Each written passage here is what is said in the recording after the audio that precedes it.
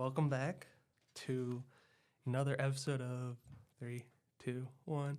Tea time with Matt, Jimmy, and Nolan. I swear, when we have time, we actually need to We need to figure out how to actually harmonize that one. Yeah. There's definitely ways to do it. Yeah. It's just we're gonna have to investigate. We are. Yeah. Jimmy is not here today. Bless his little heart. He's just busy. Yeah. Look at him being a lame faculty member. Yeah. Right. Yeah. How dare he? You know what? How dare he? No. This is just the tea time with Matt and Nolan now. No.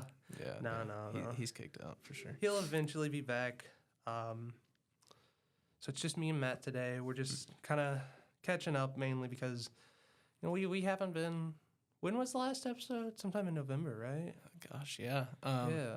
Like the last one with all of us, or just the last one in general? The last one with all of us was sometime in October. Yeah, that was the last episode we recorded for this series was released sometime after Thanksgiving. Yeah. Yeah, because I had to use this series for my project for a class. So this is just the first time in a good while we've been able to put the Matt in Tea Time with Matt, Jimmy, and Nolan. Yeah, I was sick for 2 episodes. Yeah, which, in your defense, those were episodes back to back. So what have you been up to? Really just working on music, trying to get back into the swing of things in terms of education, like college and everything. It's kind of a hard transition coming back from Christmas break because you have over a month of school that you don't have to, you're off from break, and getting back into it can be really hard. I definitely agree. I kind of got blessed with my classes this semester. Outside of just very simple assignments, I haven't had a proper homework since. And it's just because, that little transitional period of nothing to something has been really nice for me. Yeah, I feel the same way too. And it's weird because when I'm off, I'm always begging I can't wait till Christmas break or spring break. And then when I actually get there, it feels, I don't know. I feel a bit more depressed when I'm not, actively trying to achieve something. Yeah. Should we, for context, we have the tea kettle background. Should we turn that off now? I think it's supposed to turn off by itself. Okay. That's how mine does. I'm sure this one is probably the same way. Okay. It's just an email. So, So overall, how would you say your semester has been so far? So far, it's been pretty good. Getting to the end of week 3, and I've just been, learning a few new pieces on guitar. It's still a work in progress at this point, but we're getting there. How about you? I don't know about you, but when I say it doesn't feel like week 3, I don't mean this feels like the first week. I mean, it feels like I've been here way longer than I really have been. I can see that. But once again, it's been a slow start, so not much too exciting has happened. I started my first radio shift yesterday. Awesome. That was fun. I did decent. Yeah. I absolutely stumbled and screwed up my little introduction, but when I spoke the second time, I did decent. With that. Yeah, I mean, it's again another hard thing to transition to. So you don't realize, and I think part of it is because radio is live. Because when I'm standing in front of this podcast mic right here, I did that to explain how there's a podcast mic in front of me since you can't see it, audience. Yeah. Should we turn that off? It's bubbling. It's supposed to be rolling boil. Okay. But basically, there's a lot more nervousness when it's live. Yeah. With a podcast, if we have dead air, I can edit that out. I can cut that off. or I can redo it. With live radio, if you don't get it down right, oh, you're right, it did turn off on its own. It's pretty cool. I swear, I'm not letting the ADD take over. It's just I've never worked an electric kettle on my own before. That's okay. So, but yeah, no, there's it's just a huge difference in mentality, and also the fact that I'm not just speaking to him. I'm not just pressing a button, starting the recording. I have to have one hand on the computer mouse ready to play the next song but I have another hand on the control desk, making sure I mute my mic as soon as I can because while the music's playing, nobody should be able to hear me speaking in the background. Yeah. So, it was a lot of fun. I'm excited to do it again. So Matt, since our resident team man isn't here today, nor I wouldn't say our favorite guest, but our most brought on guest, Dr. Quick, isn't here either. Matt had to be our tea guy today. So Yes. while I grab the kettle, Matt, would you like to go over the various teas you brought? Just give me 1 second. I think I tore the top of one of these tea bags on accident. So I'm going to replace it with another one. All right. So the tea I'm going to be drinking today, because I brought two, but Jimmy has one that he brought, which I really enjoyed the last time, was Stress Balance tea. It made me feel great last time, so I'm going to do it again. So pass me over your cup and I'll fill you up with water. Okay. Gotcha. Thank you. And the other two options of tea that we have today are both actually from Harney and Sons. This blend is honey chamomile. And let's see if there's any descriptions that we could... Yeah, so some of the ingredients in this, thank you, are organic apple pieces, organic chamomile flowers, organic ashwagandha root, organic lemon balm, organic honey flavor. That's a pretty good one. I like the flavors. And same with this Paris tea, also by Harney and Sons. So the character for this, it says, this infusion is a delicate blend of currant, caramel, and citrus meant to arouse the senses. And it's got black tea, vanilla flavor, caramel flavor, some other flavors in there that really make it a good tea. I will say it's a bit bolder than what I'm used to because I usually drink like green tea. Yeah.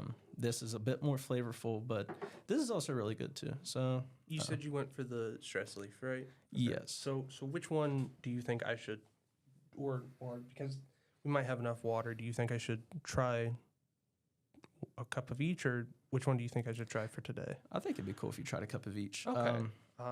So then, yeah, I'll just drink one cup and then. Right. So which one do you think I should start off with first? Which one's newcomer friendly? I would say chamomile is more friendly.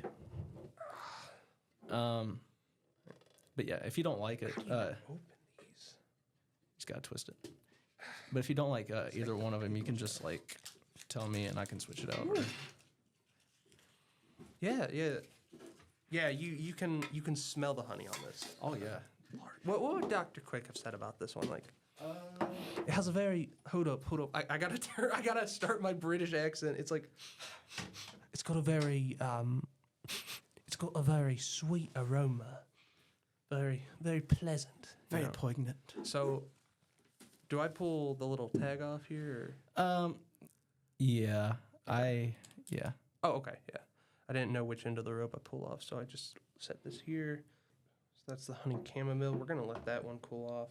How long is the recommended steeping time for that?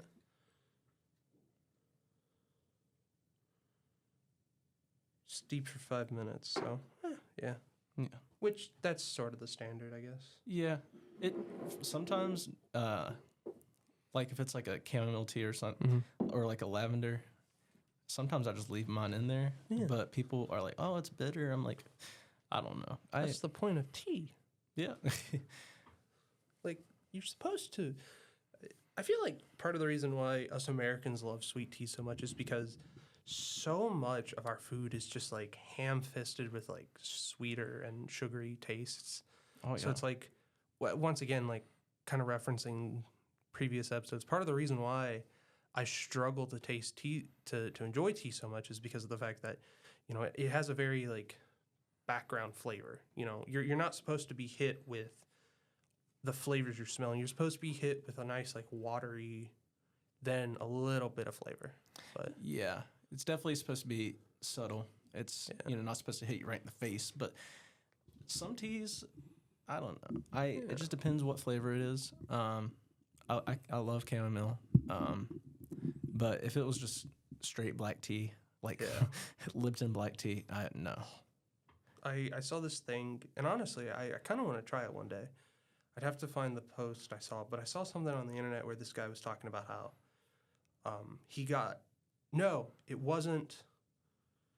Dr. Quick's doing his own podcast called Quick Talks, and he's doing a tea episode of his own. And someone on there was actually talking about something I kind of want to try one day, where he had a grandmother, because his whole family would drink coffee. His grandmother would make him tea and combine it with cream and milk, and he'd call it his like coffee tea. So we should look into trying that one day. Yeah, I've seen some cultures do that. I think India is really well known for putting milk in their tea. I forgot which tea that is. It might be matcha tea. I could be wrong though. I love that scene from the most recent Spider-Verse movie, where the Spider-Man from India is all like chai tea. That's like calling it tea. It's a fun. I haven't seen that movie yet, but I just love that scene. Oh, it might be chai tea that I was thinking of. The milk. Yeah, you put like milk, sugar, aromatic spices. So yeah, not whatever I said, matcha. It's chai. So I'm watching it steep here, and it's already got this nice like kind of honey color. See? Yeah. It has honey in there, and well, it smells good. Yeah, a bunch of other stuff that I forgot. Which, especially today, with just the type of week it's been and the weather outside, I feel like we definitely needed a tea time today. Oh yeah, I agree. I just needed some sort of release, which I'm supposed to go to my girlfriend's house after this. But I was like, there'll be like a great finish, this and then that, and then just. It's like, these past few weeks, I've kind of been iffy, because if you remember last year's spring semester, we had a really nice like week full of snow days. I'm pretty sure it was second week of classes as well. So it was like, and it's like we had a similar snow situation as last year, but for some unknown reason, the university just decided not to close everything down. Yeah. And it's like, I really wish they did, because that was not fun. No, and it was very hard for people that commute. Yeah. Granted, I only live about 6 minutes away, but... Well, like, that's the other thing. Like, I stay on campus, so I don't really see that much of the roads during the week. So really, how bad were those roads? For this semester, or just this? Yeah, these last few weeks. Well, it was pretty bad. The main roads you could navigate through pretty easily. But like alleyways, if you have to go through an alley, I mean, good luck. Yeah.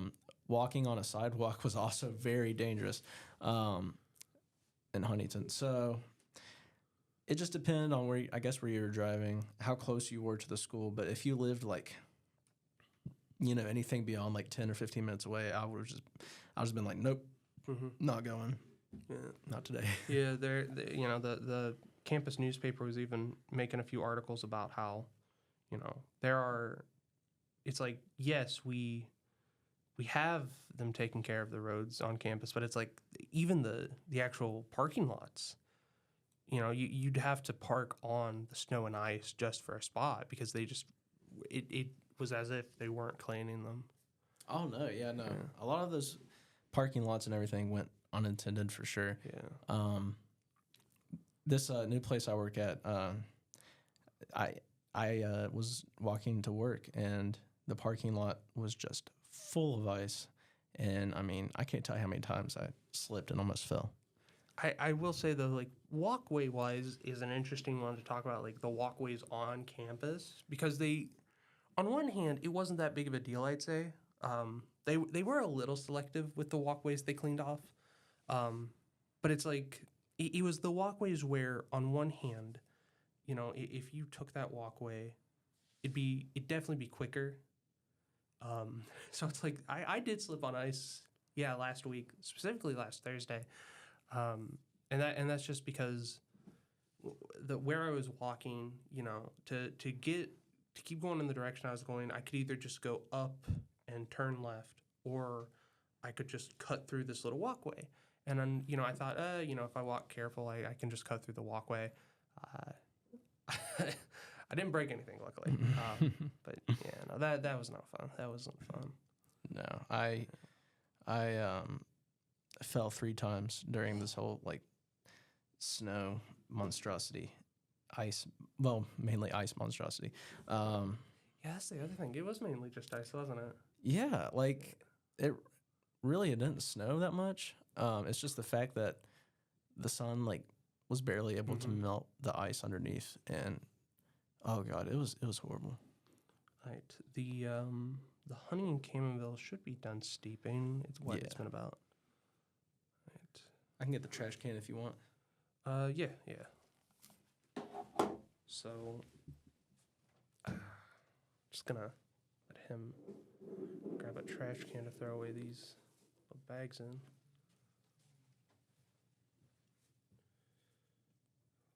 Thank you, good sir. Right. I love looking at the little box it has. So, did you read the ingredients list of the honey chamomile? I did when we started. Okay. You think I should go back over it again? Yeah, if you'd like. Okay. So just a reminder, the honey chamomile is made of organic apple pieces, organic chamomile flowers, organic ashwagandha root, organic lemon balm, and organic honey flavor. I like how the box says pinkies up at the bottom. That's cute. Yeah. I don't think it says it on this one, though. No, it does not. I think this one's intended for a younger audience. Yeah, it is, actually. Because it says, enjoy our children's blends anytime with friends of all ages, real or imaginary. Yes. I'm going to talk to my little drawings of alien people. I don't draw. I just am making something up for... Yeah, that one's definitely more kid-friendly. I guess because it doesn't have caffeine in it. Yeah. This one does have caffeine, and, a lot of their stuff does. All right, we're throwing a pinky up. All right, pinkies up. Cheers.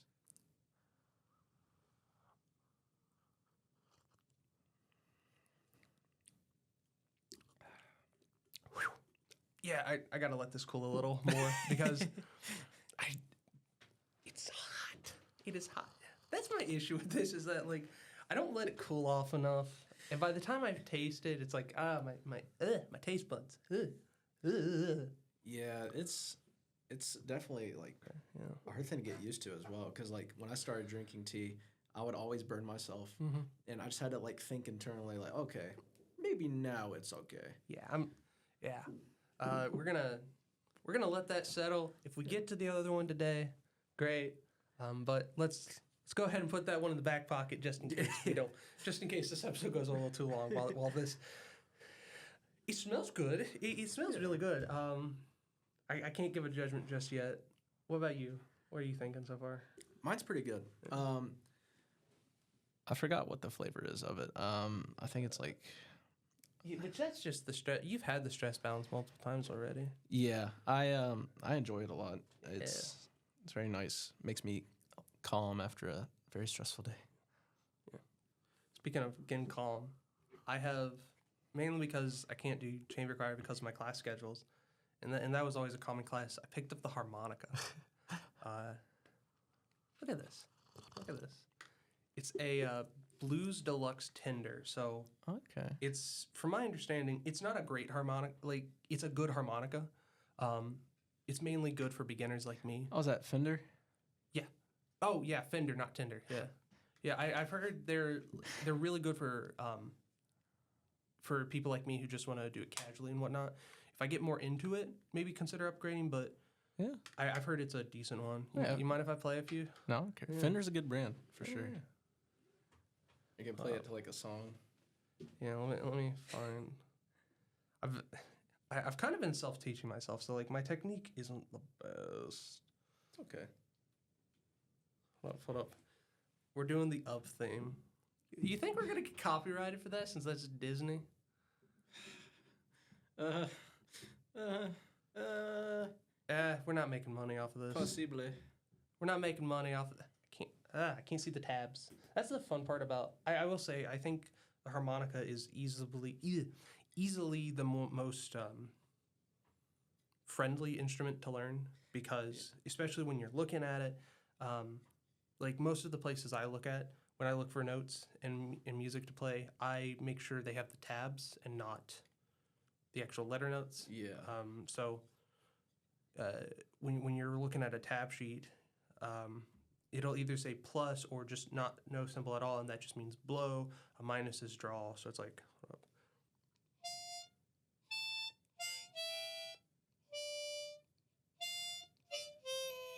I don't know what's going on with it. Hold up.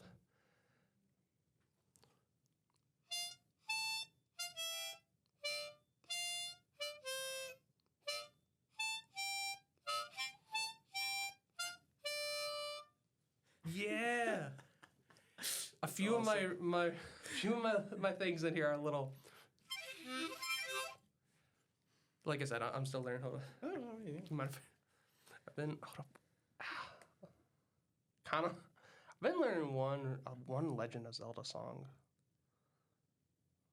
All I know how to play is Piano Man by Billy Joel. I looked that one up yesterday. Hold on. Yeah. I'm sorry. I'm having too much fun. You let me pull this out. Play. Hold up. Yeah. Wait. I see the. Yeah. I have the tab sheet to Piano Man. Hey, let's go. I haven't. This is actually my first time looking at it fully though. We So could it's like. I can get my guitar out and play the chords. Yes. This is crazy.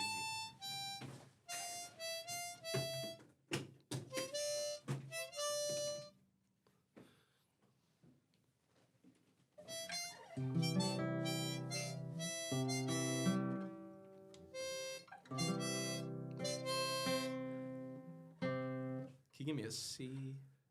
I don't know which one's the C. Just blow into one.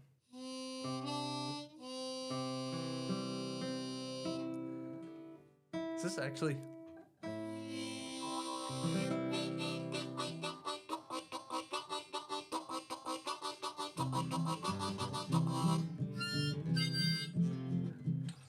Hold on. We're creating music. Yeah, wait. What? It says time 0.08 on this little thing. So it's like, I don't know, like, what's specific. Hold up. What is the speed of Piano Man? It's like, Dun, dun, dun.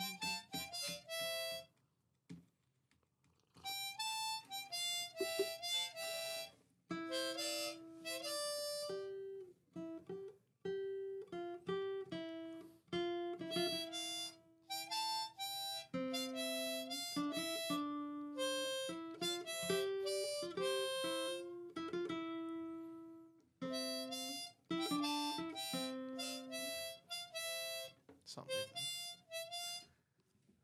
Jimmy is gonna listen to this episode. yeah. Be like, what in the world? I could be wrong. This could also, which I know this is the key of C. Yeah. So I know like there's like, not just like, it's like I have like the most standard key to use, but it's also like harmonicas also can have like more than just 10 holes. So it's like, I don't know, I forgot to read if this one required, like, so it's like.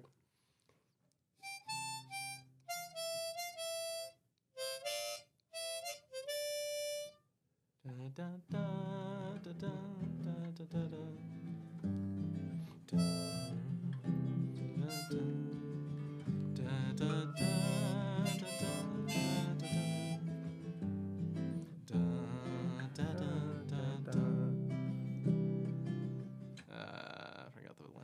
I forgot the rest.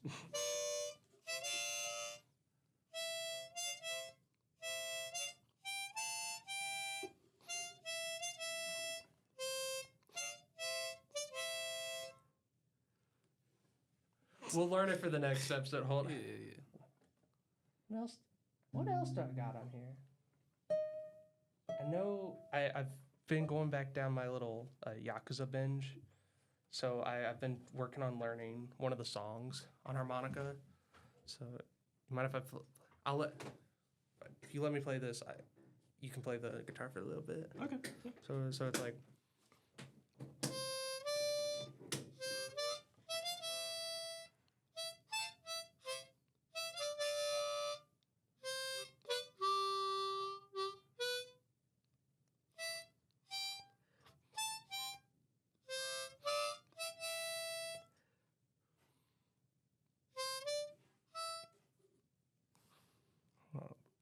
Shoot, where am I? My screen's going dark. No.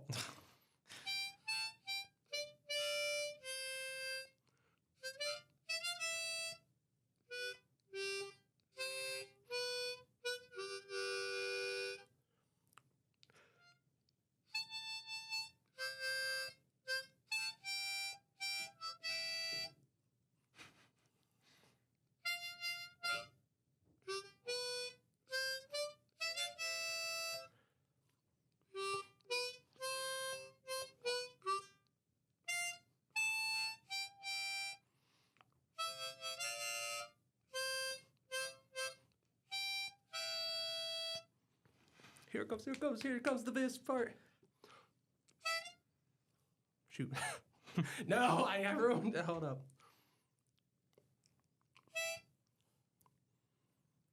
Which hole am I breathing, looking at?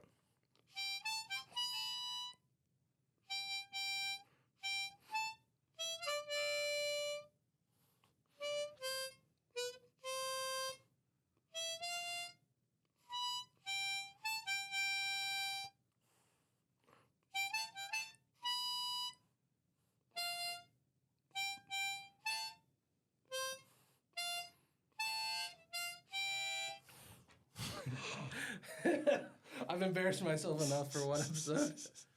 Yeah, no, it's like I'm not good in any way, but I'm at least learn. I'm learning. Oh yeah. There, I do this thing sometimes where I'll just sit in the podcasting office and just like honk away trying to learn music. I mean, we're all learning. Yeah. Got anything you want to play for us on the guitar? Sure. Yay. Let's see here.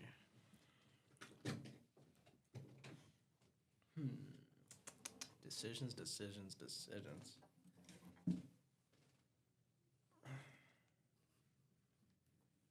All right.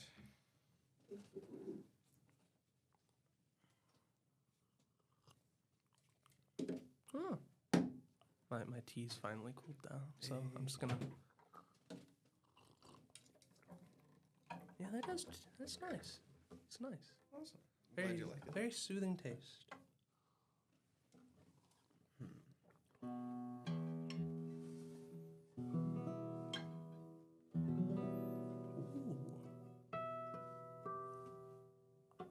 For some odd reason, I thought you were about to play Roundabout.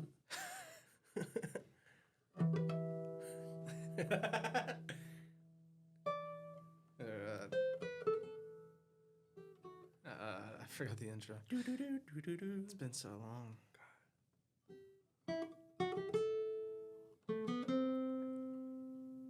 This feels very bizarre. This is not how I envisioned. This episode going. Yeah. Yeah.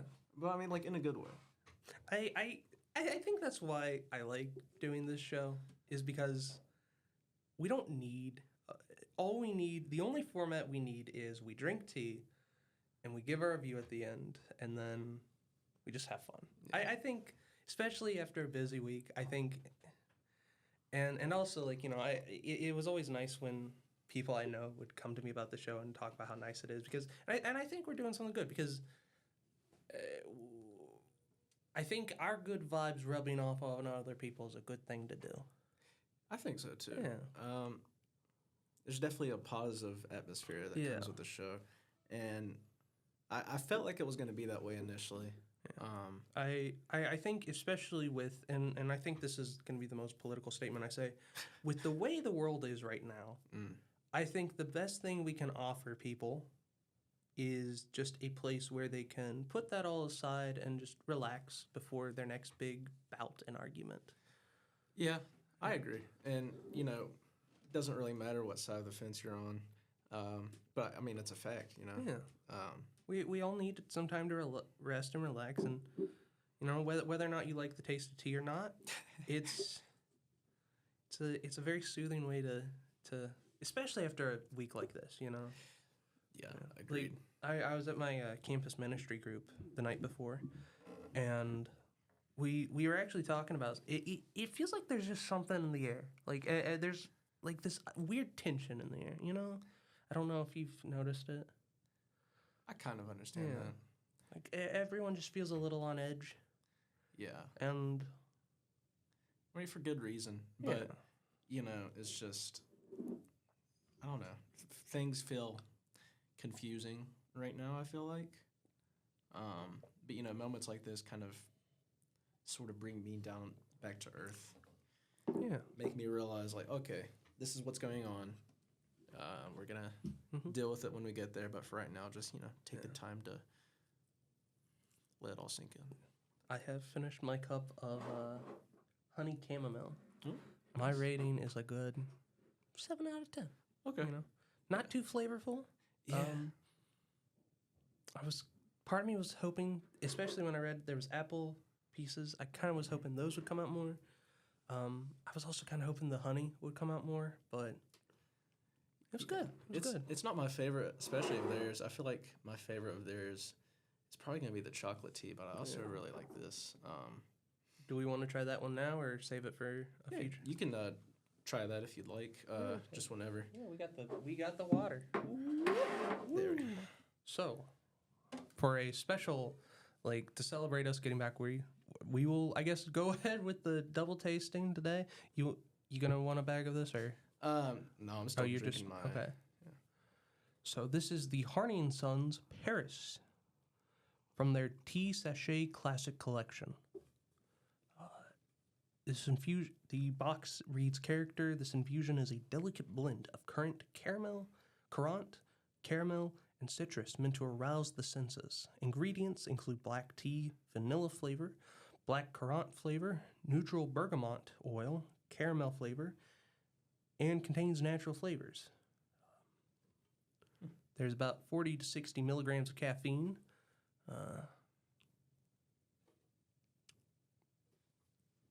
Excuse me. You think I need I don't know. Part of me is like, do we trust Nolan Duncan with 40 to 60 milligrams of caffeine in his system? I mean, you know, you could take like a sip. Ooh, smell this. Oh, yeah, it's very fragrant, right? That is a very... You could like throw it. Oh, sorry. Oh, no, you're good. So good. We're not very coordinated. This is why we're artsy kids, not sporty kids. Yeah, right. How would you describe that? Oh, man, it's just very fragrant. Kind of lavendery? Yeah. I'm getting the kind of lavender vibe. Let me see if that's in the ingredients, right? Yeah. I don't know if it is. Kind of a chocolate-covered cherry scent. Kind of reminds me of the old cordial cherries you get at Christmas time. Oh, yeah. Those are good. I love those. I just realized winter went by and I don't think I had a single one this last Christmas. I don't know if I feel like I had a couple, but I usually eat quite a bit of them. Yeah. My favorite memory from my freshman year of college was I was taking a music and society honors class. Did not like that class. Had no idea what was going on in that class, but one of my favorite memories is the teacher staring at me and one of my classmates because we're doing a business deal because this boy just had a bunch of extra cordial cherries on him and just whole boxes. And I think I bought like 2 off of them that day. Was that teacher Dr. Strayer by chance? No. All I remember is that she had a husband who worked here and he retired that spring. Oh. Mm. Dr. Smith? No. Oh, okay. I don't know. I'm not in the music department. I don't. Yeah. But okay, so we're gonna let this one steep for a bit. So we were originally gonna come on here and I guess talk. What did we say we were gonna talk about? Uh, We're 40 minutes in. I feel like this deserves to be a little bit of a longer episode. Yeah. We're gonna talk about our thoughts on Marshall. okay. So, you want to go first or me? Like, Um. Okay. How about you ask me a question and then Okay. I'll try to ask you a question. so, oh, this is a good one. So you're a commuter. Like Mhm. we have confirmed that. We know this for a fact. Yes. You do not live on campus. No. I know this week was Resident Appreciation Week. What? Yeah. Was? Oh yeah. Yeah. But so, do you? I know the university tried, which it makes sense that they put a lot of effort on residents because we're living here. We kind of have to exist on campus. Do you ever feel like the university just ignores commuters? Yes. And I have felt this way for Really? a very long time. Yes. I don't know what it is, why I feel this way, but I really do. I feel like sometimes the university prioritizes the needs of commuters a lot more or considers commuters a lot more. And that's not to say that. You're saying they need sorry, to do that more? Sorry, no, Yeah. I meant to say residents, not commuters. Yeah. I don't know. Part of me feels like, commuters are, just not as. How do I put this, without offending Marshall, of course. Yeah. I don't think we're recognized as much as a whole, as residents truly are, and. But then again, you have to look at how much money the residents are making for Marshall, how much they're actually paying to live on campus, to have meal plans, to have all of these things, all these services provided for them, right? Yeah. So, And even then, to sort of kind of like, I wouldn't say be devil's advocate here, but sort of give you a bit of insight into being a resident. Outside of the RAs putting on events, I feel like Resident Appreciation Week is like one of the few times. And even then, it's not like you didn't know it was this week because it's not really an advertised thing. Yeah, housing and residence does try their best, but outside of RAs occasionally hosting an event or two, it's my biggest issue with being a resident is actually that I feel kind of disconnected from the wider Huntington community. really? Yeah, because I was thinking about this over the summer during my internship. There is so much of Huntington that I have not seen consecutively. I had to do an article for the Herald Dispatch about Central City, its big little street event called Central City Days. I did not know that existed. I did not know that part of Huntington existed. The Children's Museum, I did multiple articles on that. I did not know that area. I'd been near that area. I did not know that existed. I did not know they were working on that. And it's just because I, as a resident, which part of it is because, I wouldn't say I have a strong social life. I very much stay on campus. And part of it is the fact that I just don't make an effort to leave campus that much. Partially because, I have so much homework and work and I'm in class for so long. But it's I feel like there could be ways to encourage students to invest in the local community more. That makes sense. Yeah, I agree with that, and I don't know. I mean, this is just a question because I've never been a resident, but do you feel like sometimes it's sort of hard, separating yourself from the school because, not only do you go to class, but then you eat here, you live here. So do you kind of have a problem with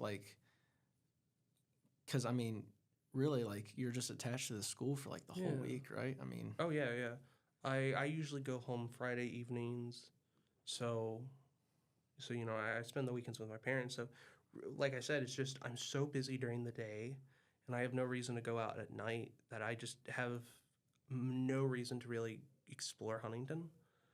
And that's why I loved my internship over the summer, because of the fact that I got to enjoy the local area. I got to actually learn more about the town. I got to actually see the place.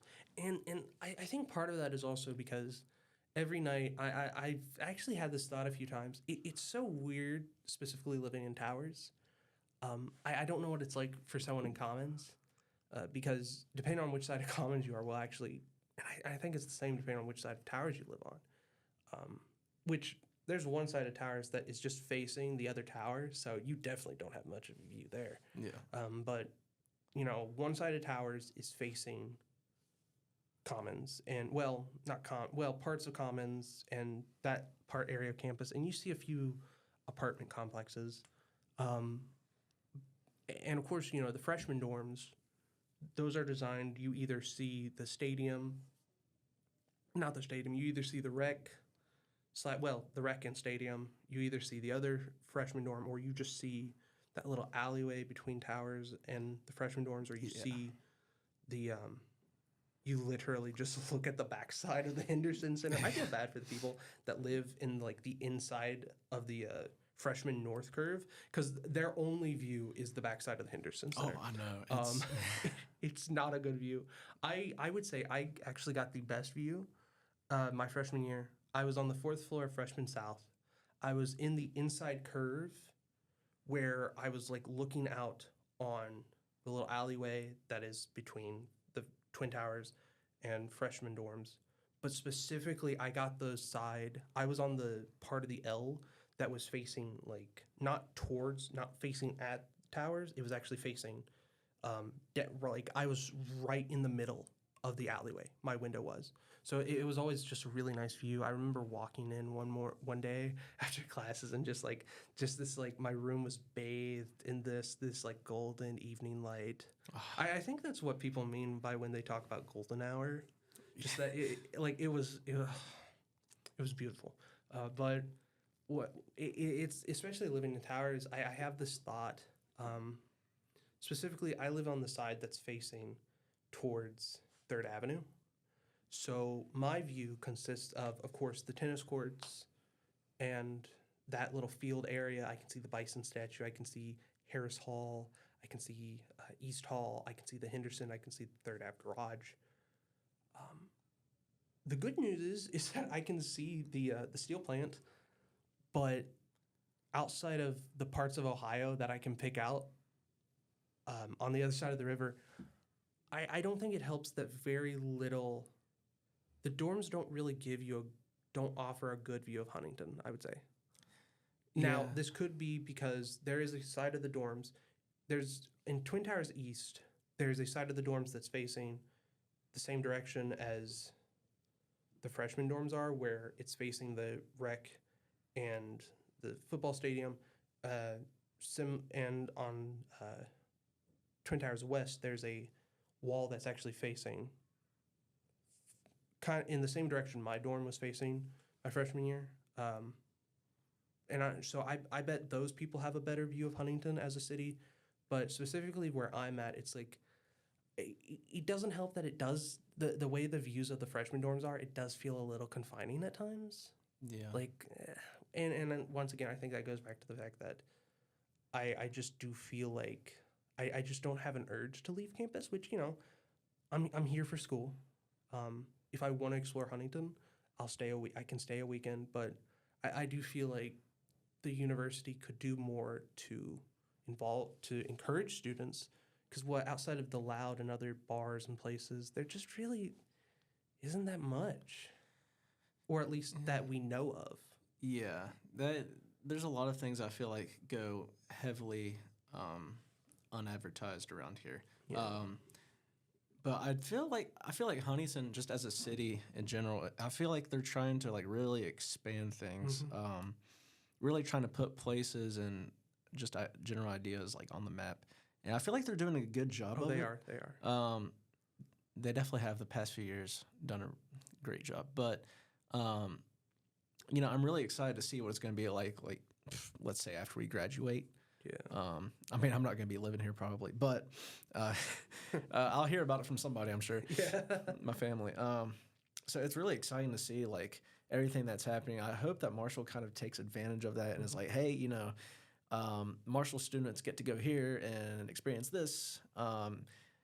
They're gonna have to try to find like maybe like an incentive or something like you get like free herd points if you Yeah. go to this location. I know they're working, they especially with the way the business building was, they're definitely the university is expanding its reach in Huntington. I don't know if you heard, they talk about where the business building is what Brad Smith is calling the innovation district. Yeah. Of course, there's the cybersecurity building. So I think it's just one of those. I don't know. I agree. I am excited to see where it goes. So, yeah. But yeah, no, like I wish, which once again, I just need to make more time to kind of give myself some more free time and to explore the town. But that goes into vehicle gas, money, yada yada. But Very true. It's hard to come by as a full-time student as well. yeah. So you asked me a question, and now I gotta think of something to ask you. Now I gotta think of something to ask you.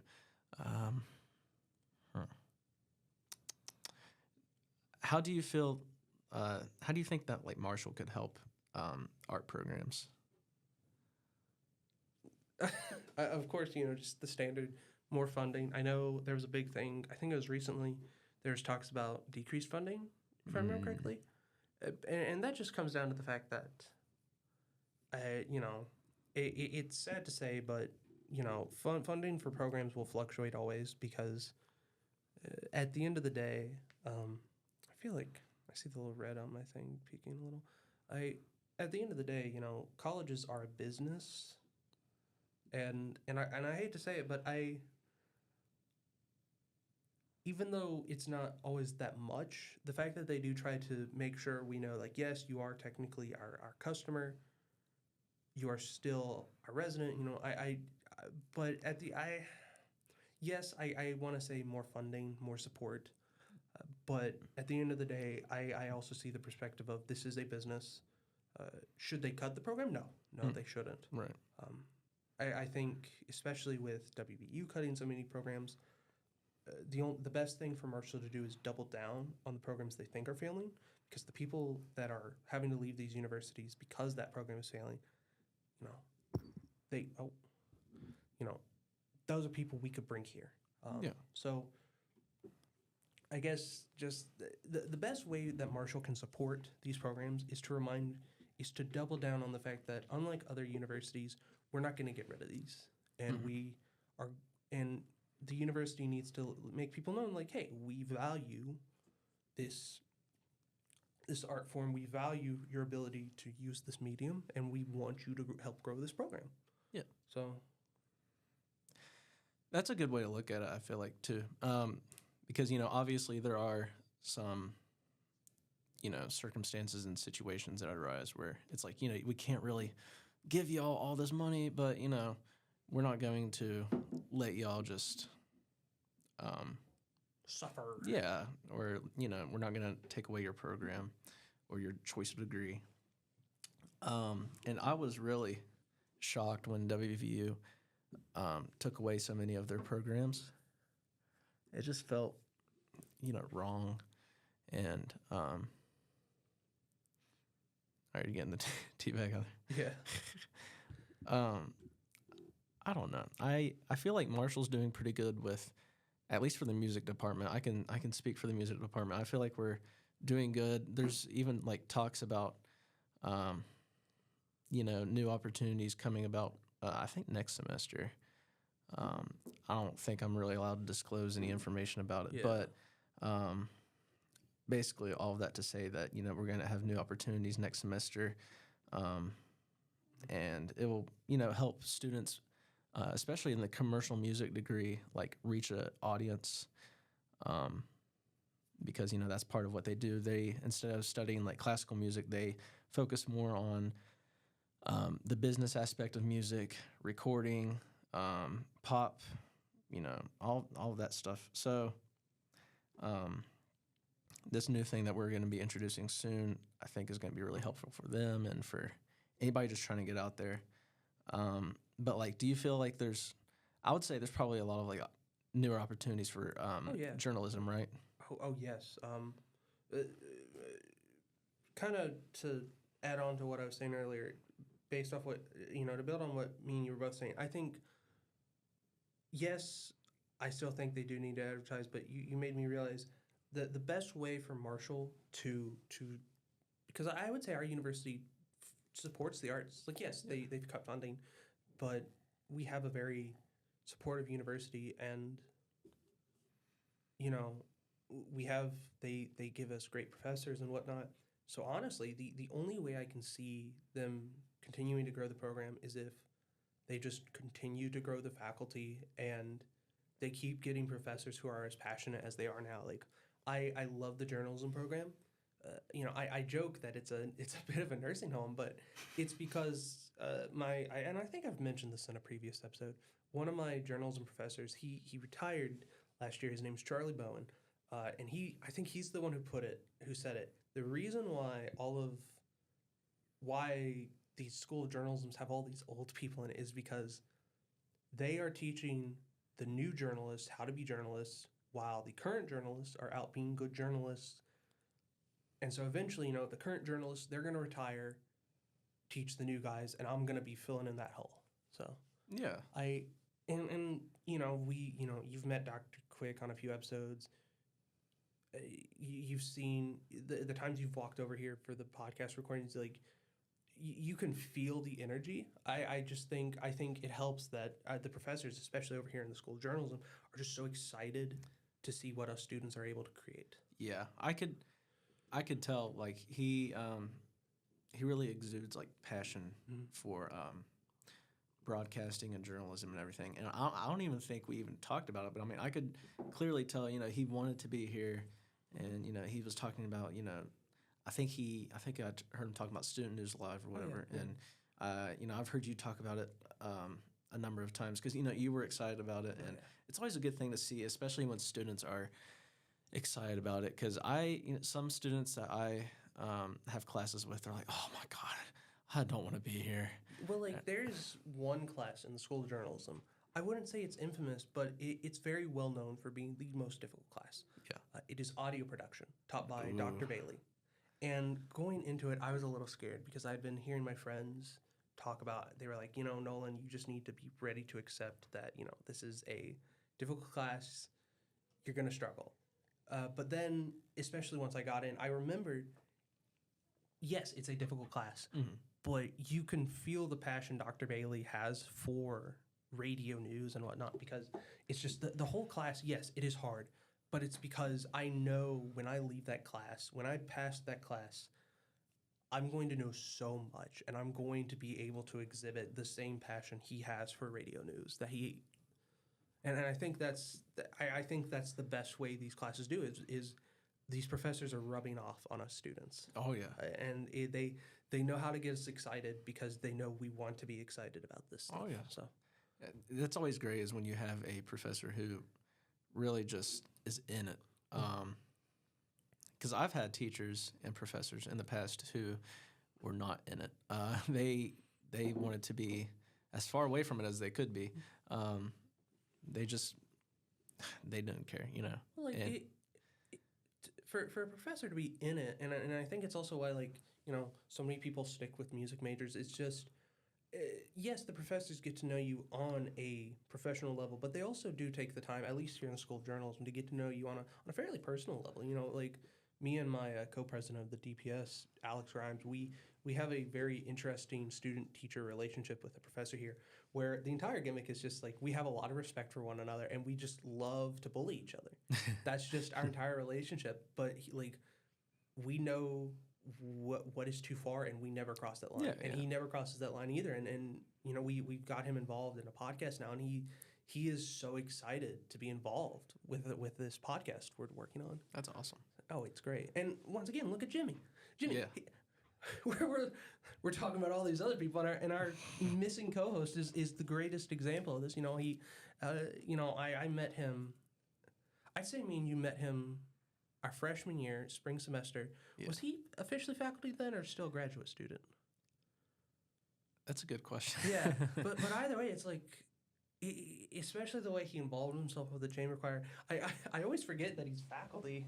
Like I Yeah. have so many photos of our Paris trip of me and him just goofing off. I think he was faculty because Yeah. he got his master's at North Carolina, I believe. Yeah. So he was here as a faculty member, and I didn't even know it until I didn't even know it until that next year. I didn't know it until we were in France. I was like, so are you like a teacher / student, like, you know, getting your master's but also teaching on the side? He's like, no, I'm actually just a full-time faculty member. Yeah, I was like, and- oh, okay. And he would still like always make time to hang out with all the students. Like he was just one of us. It was wonderful. Oh yeah, and it's not like I thought that he was like, you know, knowledgeable or whatever. It's just because he doesn't act like a professor really. Exactly. Now I've had him for a class, and I mean I will say he's a little bit more like, you know, obviously he has that mindset and that goal of like wanting to get things done, wanting everybody to accomplish this and that. But he knows when it's time to, you know, cut back and have fun with the students. Yeah, exactly. And I feel like it's really important to sort of have that attitude, not just with teaching, but like really any profession. Just trying to be loose as you can while still, you know, sticking to the main task at hand. That's how I try to manage, you know, where I work too, is just, you know, try to be, you know, a good leader, but also, you know, just try to have fun. I do not think, if I went to any other college, I do not think I would be as successful, mainly just because of the fact that most other colleges I do not think have the type of school of journalism that Marshall has that allows me to have that more personable relationship with a professor while also, you know, maintaining that professionalism. Yeah. Like, of course, you know, I'm not going to, you know, treat a professor like I'm their best friend, or you know, there are things, you know, I still, you know, act professional around professor, but it is nice to know that I can be a little more, you know, myself around them. Mm-hmm. Yeah. Yeah, being that comfort, very important. And I agree with that. For me too. If I had, you know, went to Berkeley as I originally planned, not only would I be in a crazy amount of debt right now, I also just don't think I would be as happy as I am right now, or as successful. Because I mean, there's a lot of people here that influenced my decisions, influenced how I think about certain things, how I act towards certain things, and I always say, you know, everything happens for a reason, Yeah. whether we know it or not, and that was one of those things that happened for a good reason. Yeah. So I've been sipping on the Harney and Sons' Paris tea. Yeah. How do you like it? It's nice. I like the little like soft, smooth texture I have in my mouth right now. It's just really, it's very. Are you laughing? No. I was about to say, don't get your head out of the gutter. This is a No. comfy, cozy podcast, Yeah. Matthew. Very wholesome tea podcast. Yes. But it's like I love the more the flowery aroma. Like solid 8 out of 10. 8 out of 10. I'm gonna put that back on the burner. I might get some more. Okay. So is it this one? Yeah, you just press that down. Yeah. It should still be warm. Feel it real quick.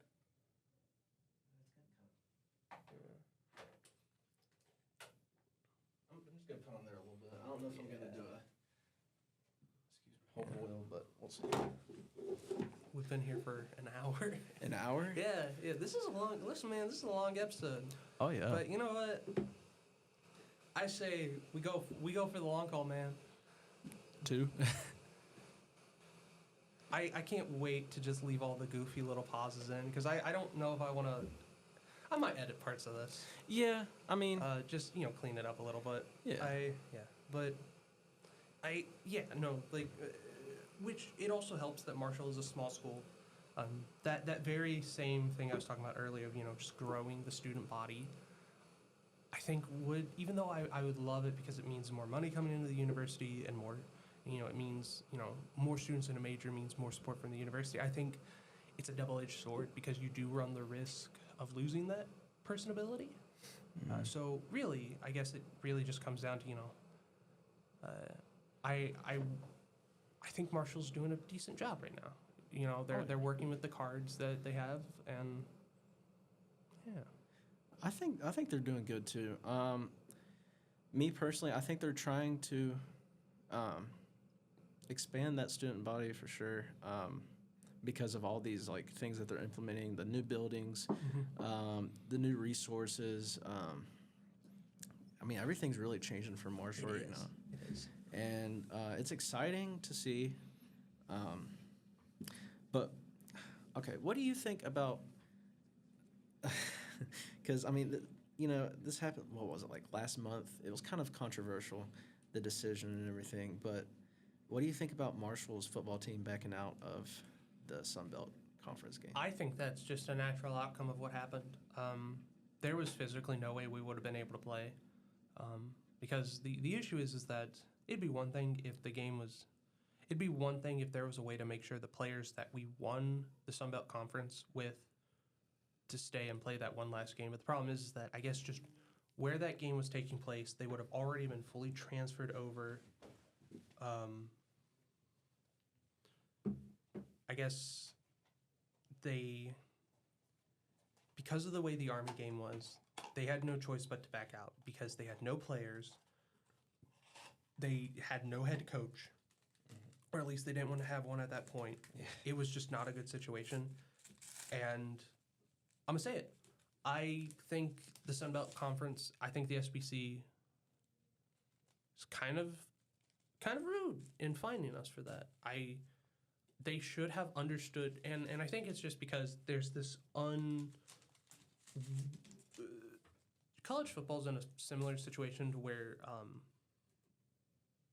the state of West Virginia is in terms of football. And I'm going to use it because it is exactly the same situation. So no other state does this, but in the state of West Virginia, students originally, if a student was transferring, because, the idea is there's no reason to transfer high schools unless, you just have to, So they said, if you're going to transfer, you do have to set out a season of the sport you play. I think that's a fair thing, because I think it's stupid if you're leaving your high school just for the sake of sports, Oh yeah. And it also creates, I'd say, a bit of a poor tax in the sense of, and I don't mean poor tax literally, I'm just using it as sort of a blurb word here, in the sense that the kids who, who come from the families who, they don't want to see little Johnny lose, and they want to be like, oh, my son's a great football player. So, of course, they're going to be able to send him to that nicer school and the nicer program. But just, I'd say, a few years ago, West Virginia passed, and from my understanding, the NCAA was even telling them, like, no, that is a horrible decision. But you are now allowed. Now, of course, legally, they can't say, oh, you're changing schools. But you're allowed to, the rule is now, you can transfer and not have to, like, be penalized and forced to wait out a season of sports. Yeah. Like, it now basically says you can't admit it. Like, well, you can admit it, but, you can just transfer for no reason. And, once again,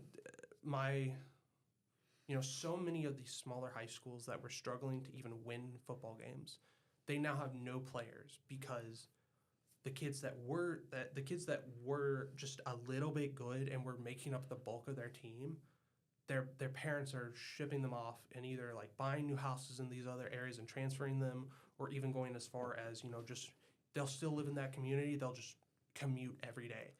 Yeah. And that sucks because first off, I view high school and college athletics differently. There's no reason you should be prioritizing your kids' athletics in high school. If your kid is good at football, then train them at that program. Ideally, the recruiter is smart enough to recognize that kid is good and see the talent beyond the way they play with the team. Yeah. And at the same time, it just means those bigger schools that already have these massive teams that are just absolutely dominating the West Virginia high school football league, they just keep dominating, and there's no way to actually, and you can't build up a program. And it's that same exact issue that college football hasn't been afflicted with. Um, I follow Alligator Jackson on Facebook because he talks about Huntington a lot, and he was sharing a lot of information about the various football players that were transferring out of Marshall, and one stood out to me. He was actually a boy. This was his third year of college, but this wasn't his third year at Marshall. This was his first year at Marshall. This boy has transferred 3 different times.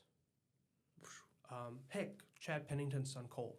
Yeah. He, nobody has heard what happened to him, but he went into the transfer portal, went to one school, then immediately went back into the portal. So I don't know what happened to him. I feel like I heard that he was coming back, but I don't know if that's confirmed. But someone in the comment section of that post about the boy who had transferred 3 times, they pointed it out. Specifically, especially at an academic level, this is horrible for them to be able to transfer with no penalty because, of course, at a community level, it means you aren't getting these students invested in the local community. Their local community doesn't care about them as an individual, and they don't care, and they individually don't care about the community. But it also is horrible for networking because unless that student is just really good at networking during their final year, or they are able to create a system of a network that is able to withstand being out of the area, these kids are going to graduate with no accessible network to get jobs or careers. And I think the big issue is that I think we just put too much of an emphasis on athletics. I feel like we do too. Yeah, because I remember when they first pulled out of the bowl game, Marshall, I felt just kind of like, really? Like, that's all you're going to do? But, at the same time, there were so many people entering that portal right before the game. I mean, which they had to, or else because, they had to transfer for the next semester. Ah, okay. Yeah. So there was like that deadline then. Mm-hmm. Okay. Well, I mean, yeah.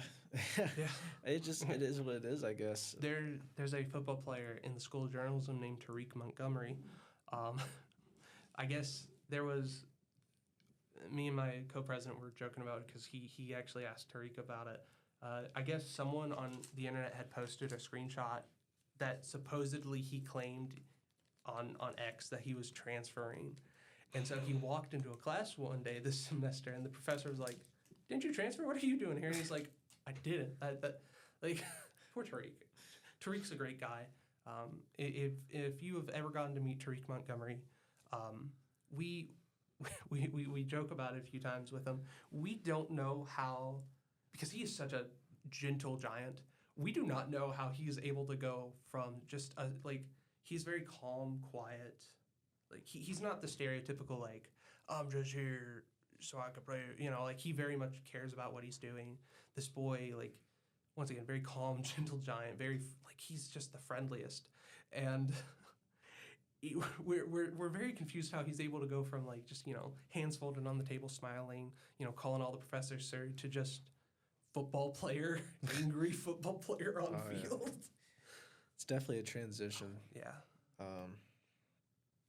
But yeah, I couldn't imagine, just transferring schools out of the blue just because. I couldn't either. Which, I mean, if these people are trying to win championships or trying to go somewhere that will really use them, I guess that it is what it is. But I've never looked into it, but what I'm presuming is that when you enter the transfer portal, a school comes to you with an offer.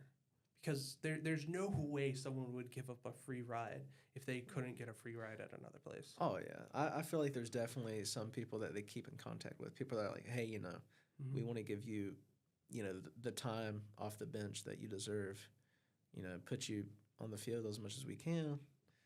And that's another thing, too, is, Cole Pennington was just a backup here. Mm-hmm. And at this school, this new school that he's at, it's Gardner Webb. I'm sure he's probably the starter there. Oh, yeah. Which is also funny because so many of these guys transferred because Huff or his staff wouldn't play him. And Cole Pennington, if he had stayed, he would have started the next year. Oh yeah, Yeah. he was Which good. I also feel bad for him because I wouldn't say he was. I don't keep up with sports, but obviously he was benched because someone was a better quarterback, and I think part of it is the fact that he had unfair judgment from the fans because of course he's already getting judged for being a Marshall football player, but there's also the added pressure of, oh, you're Chad Pennington's son, and Oh yeah, if going anywhere else, he'll still have the pressure of being Chad Pennington's son. yeah, But at least anywhere else, he's not Cole Pennington, the son of Chad Pennington, former NFL player and Marshall alumni. He's Yeah. just son of Chad Pennington, former NFL player. yeah, There's a lot less pressure on him. Yeah. And if that's what it takes for him to be able to succeed, I wish him all the best, honestly. yeah, really. And I mean, don't get me wrong. Cole Pennington was, huge college draft pick. But as far as his career in the NFL goes, compared to his college career, it was it was lackluster. So, I mean, who's to say that people that watch this team will truly know who Chad Pennington is? I'm not too sure, but But either way, I wish him the best of luck. yeah, of course. Same with the coach too. Yeah, yeah. I still can't believe Huff just did such a lateral move. At least with the women's basketball coach, it's because she was picked up by one of the best women's basketball programs in the country. With Huff, it was just he's just moving on the ladder. Yeah, it was a bit of a weird call there. It was a bit of a weird move. I know. I guess he's talked heavily about how he's not a big fan of Huntington. So once again, yes, dang, how dare he? But I would rather see people find the places where they will succeed best because they're and I think that's the biggest thing. Maybe part of the reason why Huff was struggling with the team is mainly because he just wasn't comfy here. And if that's what it takes for someone to succeed the best, I think we underestimate how much the area around us impacts us. Oh yeah, Yeah. yeah. I mean, especially if you're that old and you're transitioning to a new place, a new environment. It's really hard. It's like if you asked me if I wanted to teach at Iowa, I'd be like, well, no. I mean, I'd rather teach at Colorado or New York or something, because I mean, it just feels a little bit busier there, and it also, you have to take nature into perspective and seasonal effects and all these sorts of things. Just environment really comes into play. Yeah. So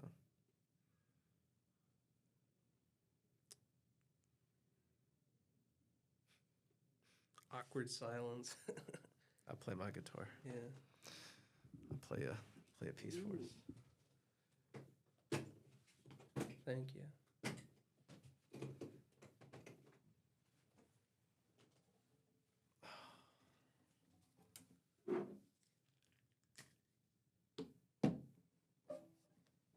How does that clip onto the guitar? So For there's context, there's a little you'd call it a hip. What's it's a little device that connects to the side of the guitar. I'm explaining it for the audience. yeah.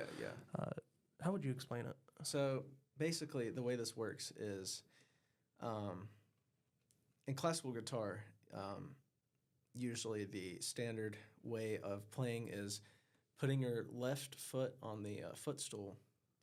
So it raises the guitar. Well, it raises your leg and the guitar, so you have a easier way to play with much better technique.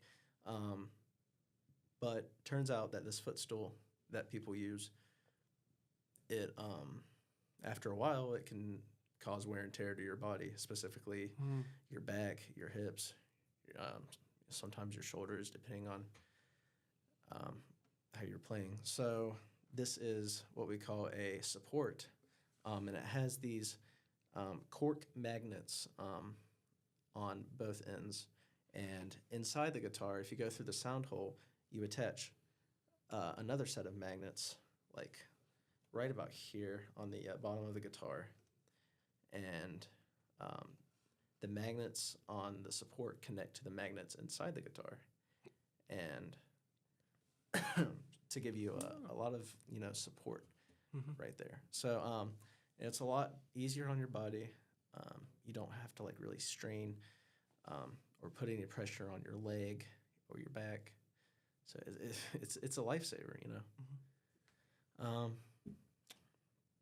Okay, so let me make sure I'm still tuned here because new strings. Ah, yes.